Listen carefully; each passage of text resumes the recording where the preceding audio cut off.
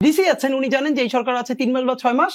তো ডিসি থেকে উনি যদি সচিবালয়ে আরেকটু প্রমোশন নিয়ে আসতে চান, শেষ বয়সে একটু সিনিয়র সচিব হয়ে একটা বড় বাংলা নিয়ে বিদায় নিতে চান, তাহলে উনি জানেন যে ক্ষমতা কে আসবে। আইদার উনি বিএনপির লবির সাথে যোগাযোগ রক্ষা করেন অথবা জামাতের লবির সাথে যোগাযোগ রক্ষা করবার চেষ্টা করবেন, যাতে উনি পরবর্তী 5 বছর ভালো থাকেন। এই জন্য এখন এই সরকার অনেক কিছু বললেও না গায়ে মাখান না, এটা ওরা ঘুরছে। শরীফ ওসমান হাদী, গতকাল রাতে রাষ্ট্রীয় অতিথি ভবন যমুনায় প্রধান উপদেষ্টা অধ্যাপক মোহাম্মদ ইউনূস কয়েকজন উপদেষ্টার সঙ্গে অনানুষ্ঠানিক একটা বৈঠকে বসেন এবং সেই বৈঠকের বিভিন্ন সূত্র থেকে যেটা জানা যায় যে জুলাই জাতীয় সনদ বা সংস্কার প্রস্তাব বাস্তবায়নের বিষয়ে দ্রুত সিদ্ধান্ত নেবে সরকার, আর যে সিদ্ধান্ত নেওয়া হবে এবার সে বিষয়ে সরকার অনড় থাকবে এবং আরপিওরও সম্ভবত খসড়ায় আবার একটা পরিবর্তন আসতে পারে বলে সিদ্ধান্ত হয়েছে। এবি পার্টির চেয়ারম্যান মুজিবুর রহমান মঞ্জু খুব ইন্টারেস্টিং একটা কথা বলেছেন। তিনি বলেছেন অন্তর্বর্তীকালীন সরকার তার কোনো প্রিন্সিপাল পজিশন নেই, বিএনপির চাপে উনি কতক্ষণ ছোটেন ডানে, জামায়াতের চাপে তিনি কিছুক্ষণ বায়ে ছোটেন, এনসিপির চাপে উনি মাঝে মাঝে উপরের দিকে ওঠার চেষ্টা করেন। সরকারকে উদ্দেশ্য করে ডেফিনেটলি বলেছেন। তো কয়েকটা দলের এই যে মন যুগে চলার চিন্তা নীতি, 3 দলের চাপে আসলে সরকার কতটা স্থির থাকতে পারছে? বলছে যে স্থির থাকবে, কিছু ডিসিশন এবার নেবে। আপনার কি মনে হয় শেষ পর্যন্ত স্থির থাকতে পারবে? আমরা যেটা বুঝবার চেষ্টা করছি যে জুলাই সনদের এইবারই শেষ ইস্যুতে যে মানে government took the upper hand, মানে বিএনপি বা অন্যান্য পলিটিক্যাল পার্টির উপরে তারা একটা আপার হ্যান্ড নেওয়ার চেষ্টা করেছে। এটা আগেও যদি এক সময় চেষ্টা করে না তা না, কিন্তু এটাকে স্থিতিশীল রাখতে পারে নাই। কারণ হচ্ছে, এবং এটুকুন বলতে দ্বিধা নাই, আমি আপনাকে বলি যে যখন ইন্টারিম গভর্নমেন্ট বলছেন, এই ওনারা গভর্নমেন্ট চালান মানে আসলে ওনারা শুধু ঢাকার গভর্নমেন্ট চালান, ওনারা সচিবালয় চালান। লোকাল মানে এই সচিবালয় থেকে যে প্রত্যেকটা জেলা, আমি আপনাকে খুব ভালো করে বলতে পারি, জেলা উপজেলা এই সরকারের নিয়ন্ত্রণে 80%। ম্যাক্সিমাম ক্ষেত্রে যেখানে বিএনপি পাওয়ারফুল সেখানে বিএনপি যেভাবে চাচ্ছে ওখানকার ডিসিএসপি সেভাবে চালাচ্ছে, আর যেখানে জামাত পাওয়ারফুল সেখানে জামাত কিছু স্টেক পাচ্ছে। মিলেমিশে চালাচ্ছে, এমনি ঝগড়াঝাটি যাই করুক মিলেঝিলে চালাচ্ছে, এইটা হলো ব্যাপার। তো ওনারা যেটা গভর্নমেন্টটা চালাচ্ছেন এটা সর্বোচ্চ ঢাকার গভর্নমেন্ট, আর ছোট করে বললে ওই যে সচিবালয়ের আশপাশের গভর্নমেন্টটা চালাচ্ছেন, এর বাইরে ওনাদের আসলে তেমন ইটা নাই।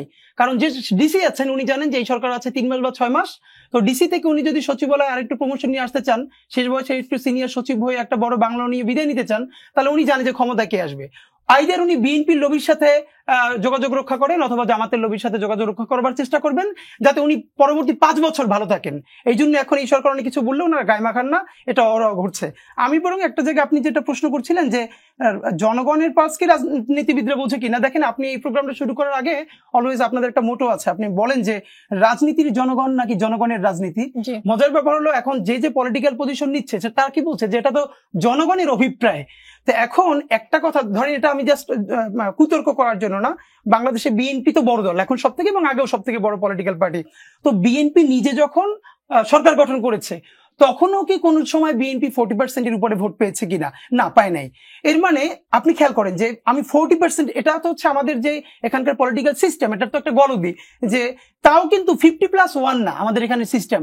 এর মানে আমি যতজন ভোট দিয়েছে তার মধ্যে বেশি, সেটা যদি 25% হয় তাহলেও হয়। তো আমরা কি এই সিস্টেমটা আবার আনতে পারতাম না?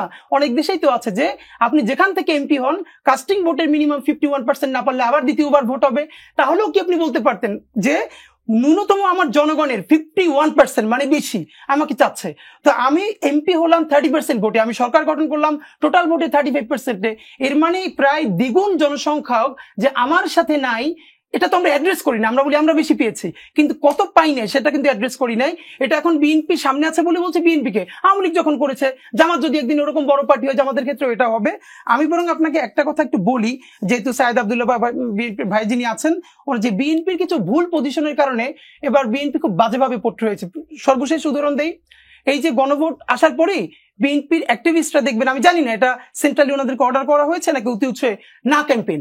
আপনি জানেন জুলাইয়ের পরে মানে আবার জামাত আর এনসিপি হ্যাঁ ক্যাম্পেইনের এগেইনস্টে বিএনপি যখন না ক্যাম্পেইন করছে তখন পোট্রে করা যাচ্ছে কি যে এই জুলাই সনদে রাষ্ট্র গড়বার যে আকাঙ্ক্ষা তৈরি হয়েছে বিএনপি এটার বিপরীত অবস্থান নিয়েছে। আতিক ভাই যখন বলছেন বিএনপি দুদকের বিরুদ্ধে, দুদকের সংস্কার চায় না, পিএসসির সংস্কার চায় না, এমনকি অন্যান্য ব্যাপারে সংস্কার চায় না, মজার ব্যাপার হলো বিএনপির কাউরে আমি ভালো করে এটা ডিবাং করতে দেখি নাই।